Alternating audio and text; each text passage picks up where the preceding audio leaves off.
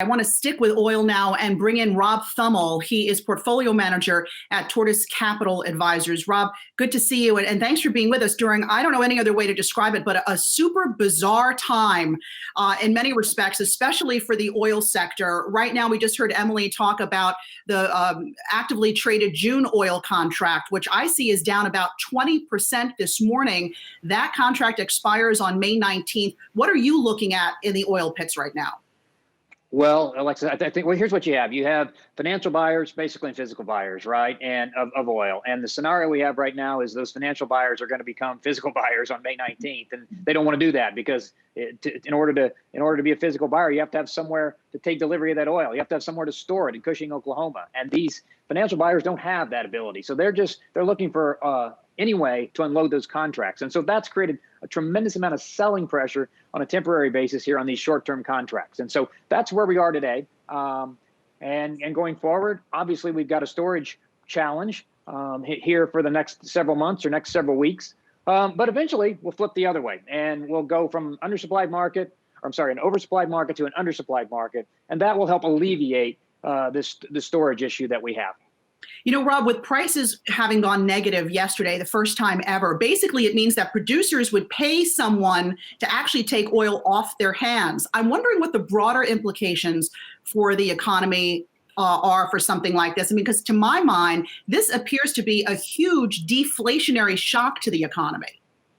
Yeah, well, yeah, that's a good point. I think we're in unusual times, as you highlight, and so to correlate or try to coordinate some thought about what oil prices are doing with the economy, I think that's a little bit dangerous right now, just because of this unusual circumstance we're in with, and it's specific to storage of oil. So I think, ultimately we are going to probably have low oil prices and low energy prices for a while, and that should be great for the consumer. That means this summer gasoline prices across the U.S. are going to be very, very low. And that'll be a positive for consumer demand and for consumers in general. They'll save some money. Rob, who's making money? There's always two sides of the trade. We saw the historic collapse yesterday, seeing June contracts under pressure. Are there hedge funds out there making money? Who's profiting off this decline? Well, clearly, if you're short oil, I mean, obviously you're making some money.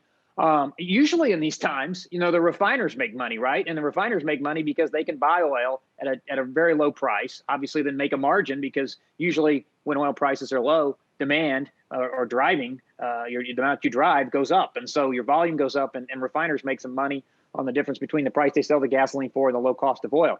In this environment, though, that's not happening as much, because obviously all the refiners aren't producing as much gasoline and jet fuel because of the low demand. So it's mostly the hedge funds that are short today, but longer term, with energy stocks trading where they are, we think that's an opportunity for investors to start looking at the energy sector, because we do know oil prices are going higher. No one benefits. I mean, no supplier across the board, including OPEC plus, Saudi Arabia, Russia, and anywhere across the world, basically can really live with these prices where they're at currently.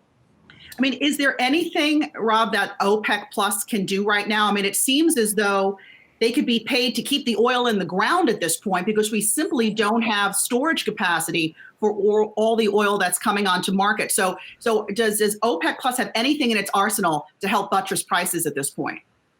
Well, they could obviously increase or start the production cuts today, right? They were going to start on May 1. Do they start today? Does that help? Maybe a little bit incrementally. But you're right. Ultimately, what's going to have to happen is we're going to need these global supply cuts to take shape, which they will. And then in the U.S., we're starting to see, we've seen last week, Continental, Concho, these are larger oil producers in the U.S. They've said they were going to, quote, shut in their oil. That means they're just going to produce less temporarily. So they're going to produce 20 to 30% less oil, less volumes. That obviously reduces the supply here in the U.S., helps alleviate the storage issue. And then obviously the biggest driver of all of this is the increase and the return of demand domestically and globally. Rob, Goldman Sachs out this morning calling for a, quote, violent rebalancing in the oil markets in the weeks ahead. Do you share that sentiment, and what would that violent rebalancing look like?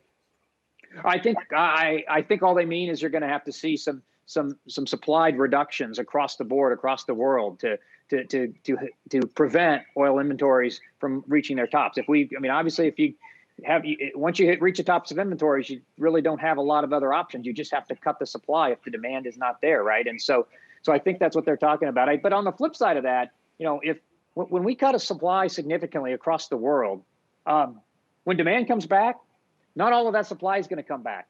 And that sets up for oil prices to move higher in the second half of the year and into 2021.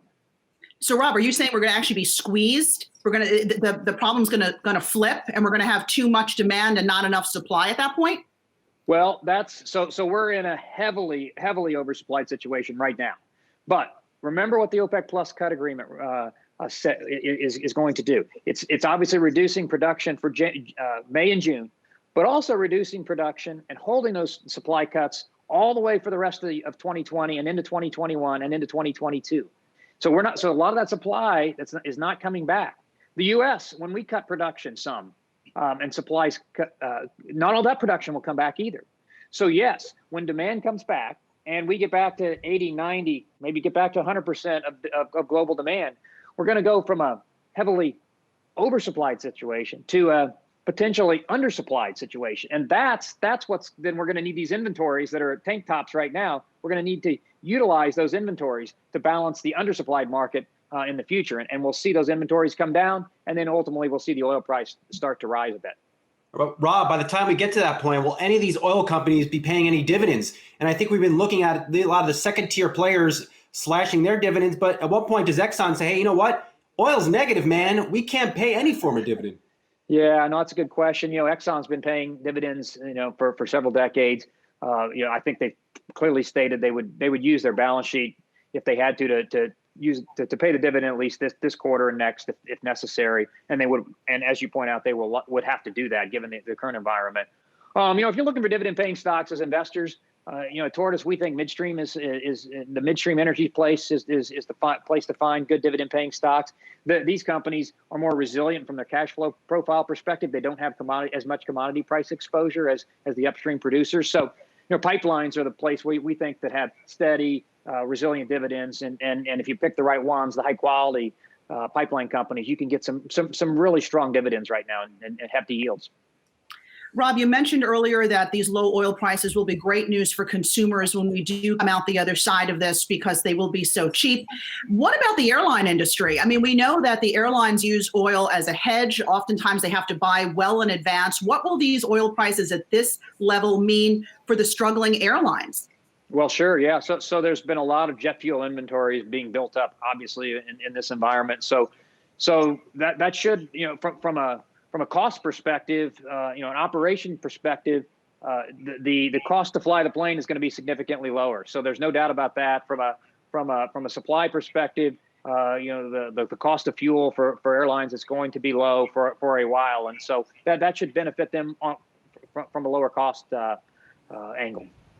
And Rob, before we let you go, how much lower? I mean, now we've got oil prices that are negative. How much lower do we go, or do you think we've hit a floor here?